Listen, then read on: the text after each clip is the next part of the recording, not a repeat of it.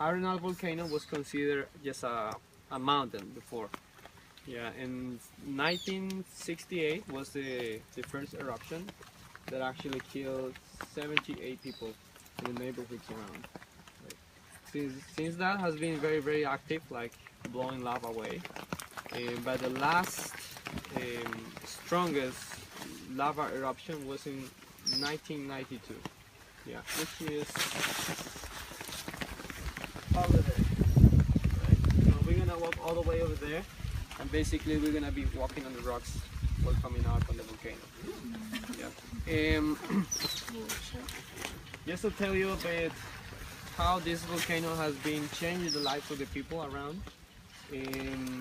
Before that, most of the people in this area, they basically live from farming, like dairy farms or beef. But since that, a new industry started. It was tourism. So I don't know if you saw the old hotels on the way up here. Mm-hmm. They are very luxury hotels that even they have their own hot springs. Yeah. So it's one of the highlights in Arenal. Now the volcano is less active. You could see some stream coming out, sometimes ash, but not lava.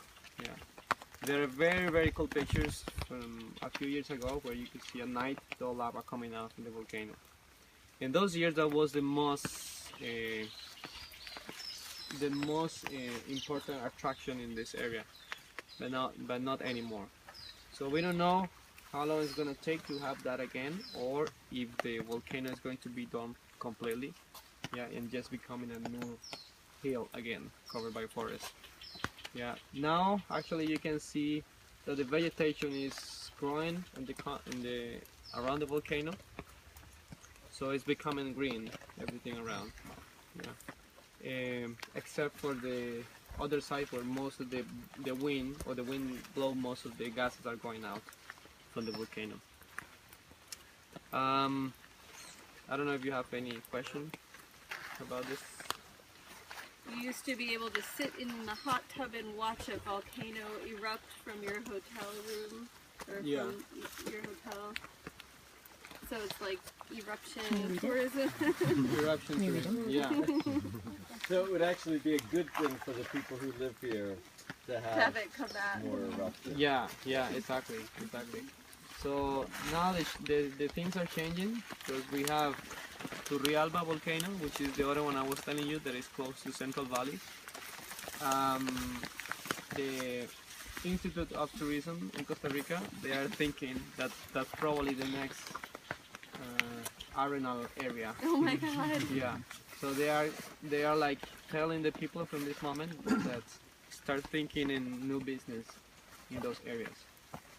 For the moment, just still throwing ash away, but in the last eruption they found lava, like red lava. So we don't know, it can change in any moment and be like something this very one. absurd about that, like Turrialba, like it's throwing ash and disrupting traffic. Let's build some hotels. Yeah, exactly. Because now the access is restricted to that area. You cannot be at a diameter of 6 kilometers around the volcano. You cannot be closer than that. Yeah, so this is a restriction. Here, well, even when it was very active, you could go all the way to the foothill of the volcano. Yeah, and see the rocks coming downhill. Well, kind of dangerous, yeah, but. After the last the first eruption in 1968, only a couple people have died thanks to this volcano. One was a tour guide. It was I don't know how do you say that in English. Pyroclastic eruption. Oh, Pyroclastic eruption. It's just very hot gases coming downhill to the volcano. And they can go so fast as 800 kilometers per hour. So it's very fast. So in this moment, it was a tour guide here with a couple of tourists. One of them died, one of these tourists. The guide took the other tourist that was she was burned the whole body. She put it on his shoulder and she walks away. She dropped it over there in the entrance and then he died. Oh. Yeah. Yeah. So that was the last victims of the volcano. So have there been rules put in place in order for people who live around the area to be safe while things erupt? Yeah. We have an emergency commission in Costa Rica. So they design protocols, so they design emergency plans for every specific place in Costa Rica. That depends if it's around a volcano or it's around a river or who knows. I don't know specifically the regulations that they have here, but obviously in the last year that there is less activity, the people is getting like more, how do you say, like Relax? don't relax, Okay. exactly. All right. Do you want to ask more? Also, what can you tell me about the vegetation that we have around? Tall grasses? Grass, yeah. You know the reason? The guy we have in front over there, the volcano, right?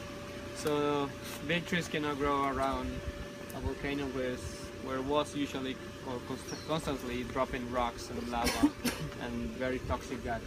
Yeah. So most of the vegetation that we have here is considered secondary forest. You know what it means, secondary forest? It died and came back? Yeah, exactly. So secondary forest is like the second growth forest, and primary forest is the one that has been not affected before, even by humans or natural disasters. You know. But a secondary forest is it gives protection for the trees that are gonna stay for longer, right? At the beginning, and then they die. Muy bien. So what kind of animals are the first to return to the area after an eruption, whether it be like lava or like pyroclastic flow, or is Yeah. it different? Yeah, so as soon as we get there to where was the last eruption of the lava eruption, you will see there are a lot of rocks. So most of those animals are going to be reptiles. Yeah, like lizards, iguanas, black iguanas, yeah, and birds. What kind of birds? Well, in this area we have a lot of sparrows, well, hawks, because they come here to eat the lizards and the snakes. And they're usually small birds. You're not gonna find birds of primary forest. For example, like some wrens that they are from very dark places. And as you can see here, there's a lot of light. So there are big differences in the type of birds that we have in Costa Rica. That they have restrictions for different habitats. Yeah. ¿Más preguntas? No? Okay, let's go Calero.